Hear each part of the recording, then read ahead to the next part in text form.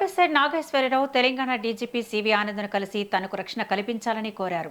Online వేదికగా తనను బెదిరింపులకు గురి చేస్తున్నారని ఫిర్యాదు చేశారు. గత కొద్ది రోజులుగా తనను బెదిరిస్తున్నారని కంప్లైంట్ ఇచ్చారు. వారిపై చర్యలు తీసుకోవాలని డీజీపీని కోరినట్టు తెలిపారు.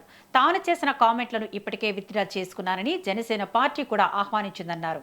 ఆ పార్టీ కేడర్కు కూడా ఇది ముగిసిన అధ్యాయమని విజ్ఞప్తి చేసిందన్నారు.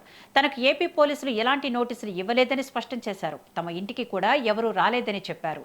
తాను ఉపసంహరించుకున్న వ్యాఖ్యల గురించి ఇకపై మాట్లాడబోనని అన్నారు.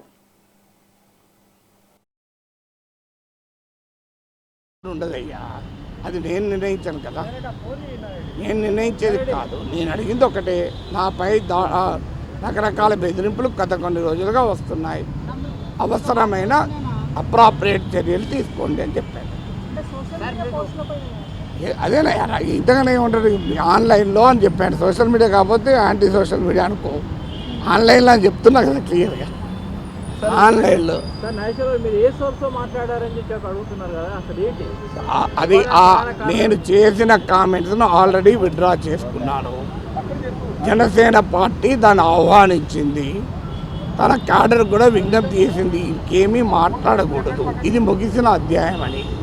ఇక ముగిసిన అధ్యాయం గురించి మళ్ళీ తిరగడం ఎందుకు? దానివల్ల ఏం పర్పస్ సర్వ్ అవుతుంది? నాకేమీ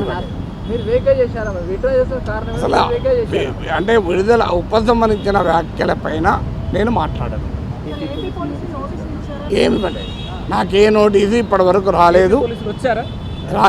నా ఇంటికి రాలేదు, నా దగ్గరికి రాలేదు, నాకు ఫోను రాలేదు, వాట్సాప్లో కూడా ఏమీ రాలేదు.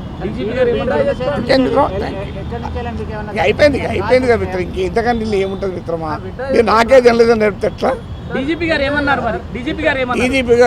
డీజీపీ గారు